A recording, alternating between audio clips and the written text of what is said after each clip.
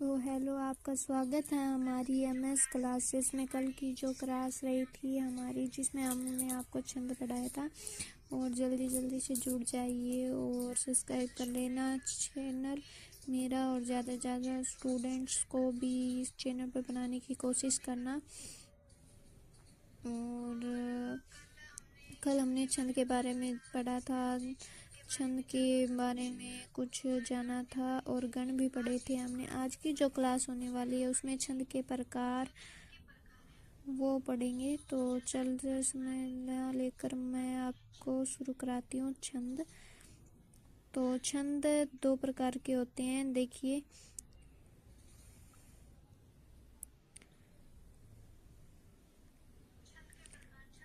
छंद के प्रकार देखिए, छंद दो प्रकार के होते हैं, मात्रिक और वर्णिक छंद होते हैं। देखिए, मात्रिक छंद और वर्णिक छंद। मात्रिक किसे कहते हैं? जिन छंदों की गणना मात्रा के आधार पर की जाती है, जैसे मैंने आपको बताया था कमला शब्द, ये कमला शब्द है, इसकी गणना हम करते हैं मात्रा मतलब के अनुसार। तो मात्रा किसे? देखिए, लघु मात्रा है क में, क्योंकि इसमें कोई भी जुड़ा हुआ नहीं है। और मैं में भी क्या है? लघु है। और ला में देखिए, ला में आ की ध्वनि जुड़ी हुई है, तो इसमें कौन सा होगा? दीर्घ मात्रा होगी।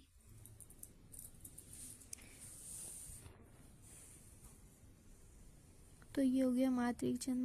मात्रा के अनुसार वर्णिक होता है। जिन छंदों की गणना वर्णों के अनुसार होती है उसको क्या कहेंगे? हम वर्णिक छंद कहेंगे। अब पढ़ते हैं छंद के जो मात्रिक छंद हैं वो कितने प्रकार के। इनको भी तीन तीन भागों में डिवाइडेशन कर दिया गया है।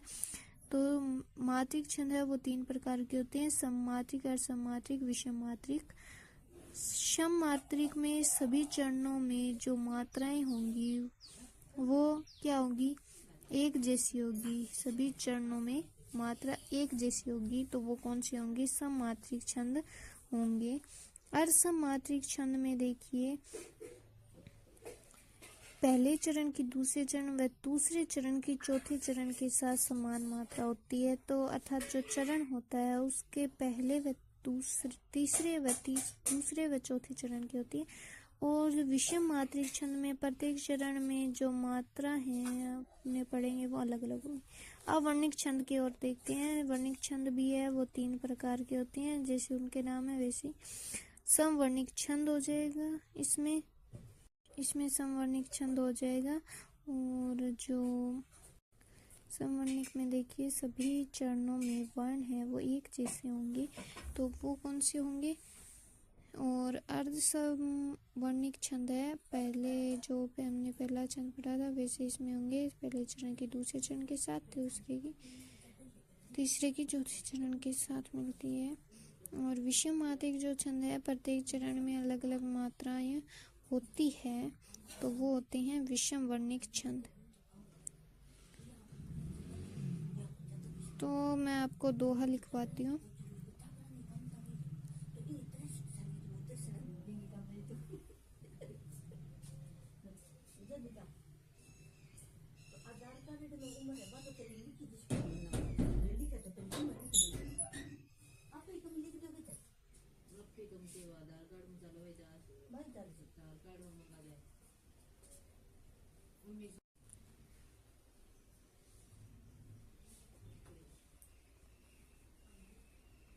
तो देखिए, रहीमन धागा प्रेम का मत तोड़ो छिटकाए। ये देखिए, पहला है टूटे से फिर ना जुड़े, जुड़े गांठ पड़ जाए। तो ये है वो दोहा।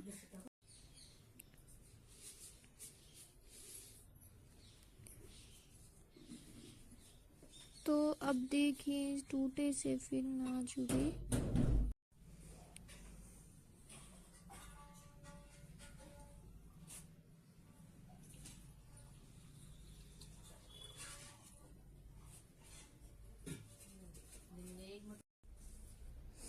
तो देखिए जो रहीमन धागा प्रेम का, इसमें देखिए आप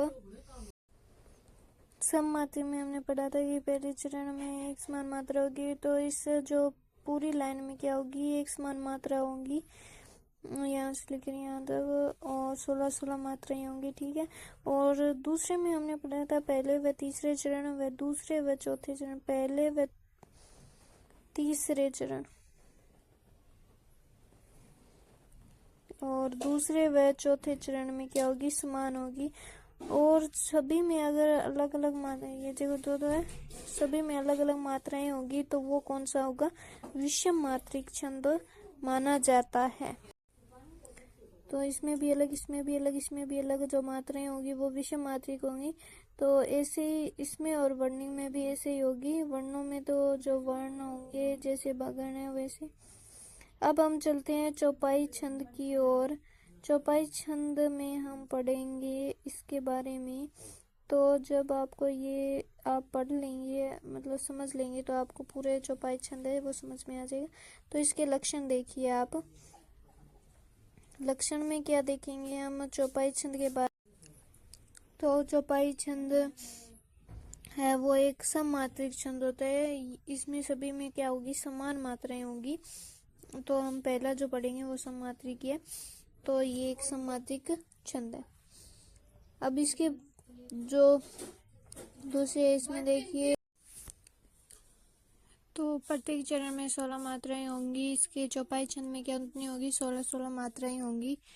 और यति प्रत्येक चरण के अंत में होती है। प्रत्येक चरण के अंत में क्या होगी, यति होगी। तुक प्राय है वो पहले चरण, तुक है, और एक बार और देखो, यति है वो प्रत्येक मतलब जो अंत पैरा होता है वहां पे। और तुक प्राय पहले चरण की दूसरे चरण के साथ व तीसरे चरण की, जो तीसरा चरण है उसके चौथे चरण के साथ मिलती है। जो मैंने पहले आपको चरण बताए थे। तो जो पहला पैरा होता है वो और दूसरे और तीसरे व चौथे चरण के साथ मिलती है। तो इसमें हो गए हैं सममात्रिक। तो सममात्रिक छंद है ये, 16 मात्राएं होती है। प्रत्येक छंद में यति प्रत्येक में चरण के अंत में लगती है, और पहले व दूसरे तीसरे व चौथे चरण में साथ मिलती है तुक। अब इसका उदाहरण देखते हैं।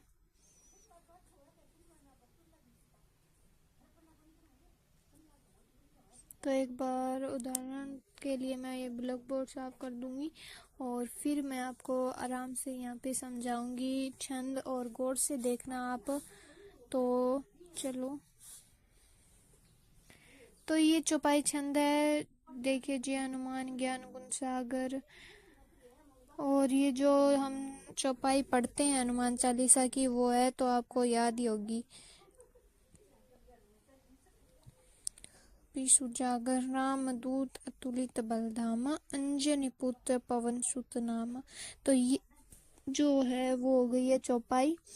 और इसमें हम मात्राएं लगाएंगे। देखो, इसमें पहले में भी क्या होगी, 16, दूसरे में भी 16 होगी। चारों में समान समान मात्राएं होंगी।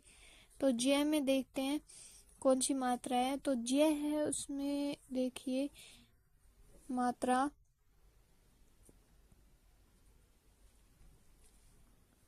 तो इसमें ए की ध्वनि है, तो इसमें कोई भी स्वर है वो नहीं है। तो इसमें कौन सी मात्रा होगी, लघु मात्रा होगी, लघु मात्रा होगी। तो ये देखो हमने लगा दिए है। और हनुमान में देखिए है में कौन सी है, लघु है। और नू में भी कौन सी है, लघु है। अगर यहाँ पे बड़ी होती तो वो कौन सी होती, बड़ी मात्रा होती, गुरु मात्रा माना जाता। बट यहाँ पे लघु मात्रा है। और माँ में देखिए आ की ध्वनि है, तो माँ में कौन सा होगा, गुरु मात्रा मानी जाएगी। तो ये हो गई लघु, लघु, गुरु, लघु। ज्ञान में देखिए, ज्ञान में आ की ध्वनि है, तो इसमें क्या होगा, और गुरु और लघु। गुण में देखिए, गुण में लघु, लघु होगा। और सागर, सागर है, उसमें आप देखिए सा आ की ध्वनि जुड़ी हुई है, तो इसमें कौन सा होगा, लघु गुरु लघु गुरु। तो ये हो गया। इसमें मात्रा गिन लेते हैं, 1 2, ठीक है, मात्राएं गिन लेंगे और इसमें 16 होंगी मात्राएं। तो मात्रा के अनुसार ये पूरी लाइन है वो सही है चौपाई छंद में। ये हो गई, देखो 16 है ना मात्राएं।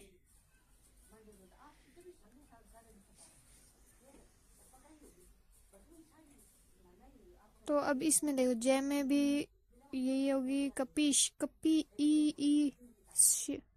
तो ये कौन सी मात्रा है? तो इसमें क्या आएगा? लघु गुरु लघु, क्योंकि इसमें बड़ी ई की मात्रा है। तो तीहू में देखिए, तीहू में कौन सी मात्रा है? तो अगर ये हु यहाँ पे बड़ा होता तो यहाँ पे मतलब गुरु मात्रा माना जाता, लेकिन इसमें तीहू में भी लघु लघु ही है मात्रा। अब देखते हैं लोक में। लोक में ओ में गुरु है और लघु। अब उजागर, उजागर में देखिए ऊ में कौन सी होगी?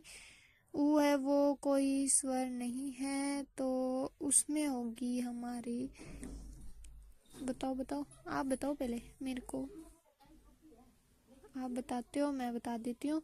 इसमें होगी लघु गुरु लघु लघु, क्योंकि जा में आ की ध्वनि आ गई है तो इसमें लगेगी।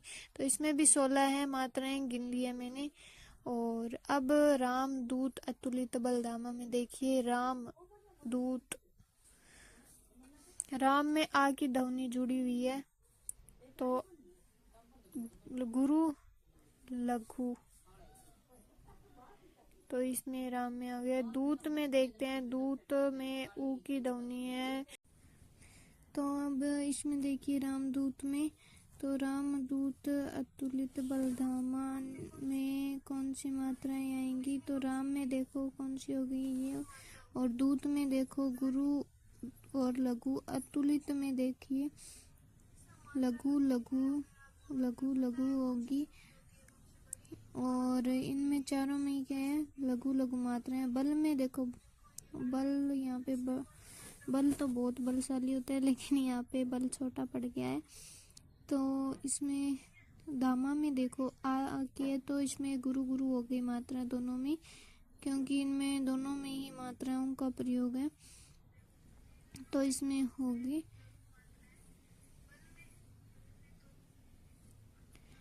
अंजनी पुत्र पवन सुत नामा, उसमें 16 होगी है पहले वाले में। तो अब अंजनी पुत्र वाले में देखते हैं, अंजनी पुत्र पवन सुत नामा। तो अंजनी, इसके ऊपर देखिए अनुस्वार है का प्रयोग हो रहा है, अंजनी के ऊपर जो मात्रा है, ठीक है। तो इस पे थोड़ा गौर करना, क्योंकि नियमों में हमने पढ़ा था। तो अंजनी के ऊपर जो ये बिंदु है अनुस्वार, तो ये लघु होगा या गुरु होगा, वो मेरे को कमेंट में बता देना आप, अगर आप छंद पहले भी पढ़ चुके हैं या आपका फर्स्ट है फिर भी आप बता ही देना। तो इसमें क्या कौन सी मात्रा आएगी?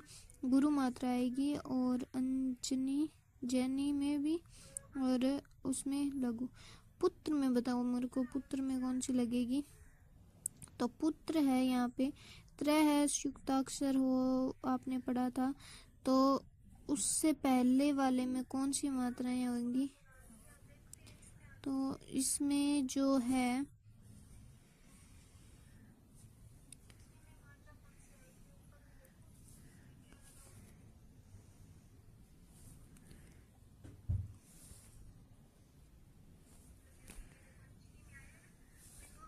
तो इसमें जो मात्रा है पुत्र में, इससे पहले आया है पू, ठीक है। तो ऐसे तो इसके ऊपर आएगा, मतलब पू बन जाएगा दीर्घ, और वो है त्र है वो लघु रहेगा।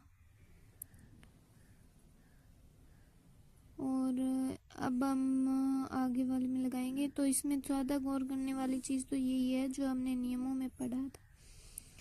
पवन सुत में देखिए, पवन में तो लघु है, सारे में ही क्या है? लघु मात्रा है। पवन में पांचों में ही कौन सी मात्रा है? लघु।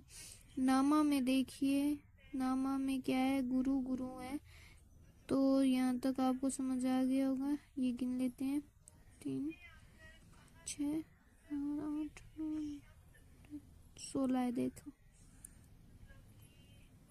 पूरे 16 है इसमें। तो आई होप आपको ये समझ आ गया होगा चौपाई छंद। तो आगे वाला जो है वो हम पढ़ेंगे। तो यहाँ तक ये समझ आ गया। आप लिख लिख के इसको याद कर लेना, आपको समझ भी आ जाएगा। 1-2 बार प्रैक्टिस करेंगे तो ये आपको जल्दी और भी जल्दी समझ में आएगा। और गौर करने वाली चीज़ तो यहाँ पे मात्रा की है। अगर मात्रा आपको ढंग से आती है तो आगे वाला जो है गीतिका छंद, तो इसमें कौन सी आएगी? तो देखिए गीतिका छंद सममात्रिक छंद होता है और इसके प्रत्येक चरण में जो है 26 मात्राएं होती है। 26 मात्राएं होंगी। इसमें यति है वो क्रमशः 14 पर और 12 पर मात्राओं पर क्या होती है ये जो मात्रा है। ये तो पहले चरण की दूसरे चरण के साथ व तीसरे चरण की चौथे चरण के साथ है वो मिलती है। अर्थात पहला चरण जो दूसरा चरण है उसके साथ क्या मिलती है? तुक मिलता है। पहले दूसरे चरण की और यहाँ पे हो गए समात्रिक 26 मात्राएं और क्रमशः 14 व 12 पर यति होती है और पहले चरण की दूसरे। तो अब इसका जो दोहा है, हम उदाहरण है वो देख लेते हैं। तो चलिए, ये गीतिका छंद का उदाहरण तो जो कि बहुत ही आसान है। और तो देखिए, हे प्रभु आनंद दाता ज्ञान हमको दीजिए, शीघ्र सारे दुर्गुणों को दूर हमसे कीजिए, लीजिए हमको शरण में, हम सदाचारी बने, ब्रह्मचारी धर्म रक्षक वीर व्रतधारी बने। देखो कितना अच्छा ये दोहा है, मतलब छंद है। और इसमें क्या होगा कि हे प्रभु आनंद दाता ज्ञान हमको दीजिए। इसमें हम पढ़ेंगे कि 26 मात्राएं होंगी जो कि 14 व 12 पर मात्राओं पर होगी। तो इस पे हमने मात्रा लगा दी है। दुर्गुण में देखो आप, को में भी कौन सी मात्रा आएगी? ये आएगी, देखो गुरु मात्रा आएगी। अब दूर में देखो, दूर बहुत दूर आई। तो दू में कौन सी मात्रा आएगी? गुरु और लघु।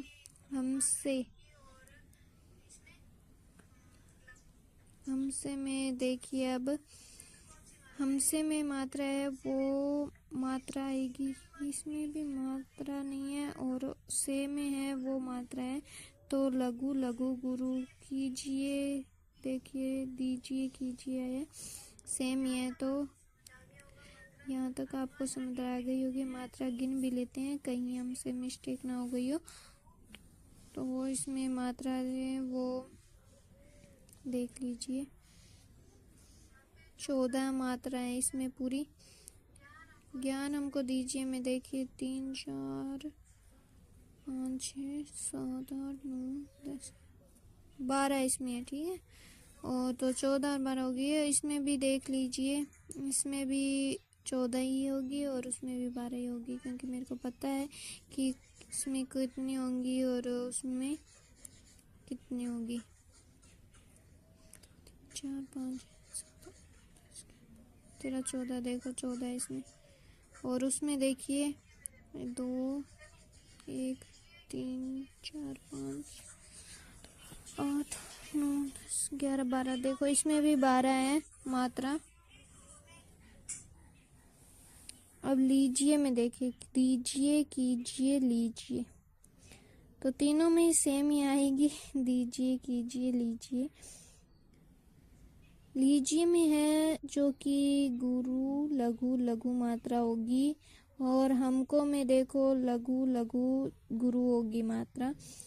और शरण में तीनों में ही होगी और इसमें में कौन सी आएगी? गुरु मात्रा आएगी। अब ये लेते हैं तो इसमें पूरी 14 मात्राएं हैं। हम सदाचारी बने में हम में तो देखो लघु लघु है, सदाचारी में देखो लघु गुरु गुरु लघु गुरु है, और इसमें भी गुरु है, और ये सारे में 12 है। और ब्रह्मचारी में देखिए ब्रह्म है वो आधा है, ध्यान दीजिए इसके नीचे हलंत लगा हुआ है, तो ये आधा अक्षर है, तो आधा अक्षर की कोई वैल्यू नहीं होती है। तो इसके जो तुरंत बाद हमने पहले नियम में पढ़ा था छंद के कि कोई भी आधा अक्षर हो उसके तुरंत बाद कोई भी शब्द हो तो वो क्या माना जाएगा, गुरु माना जाएगा। तो ब है वो गुरु होगा।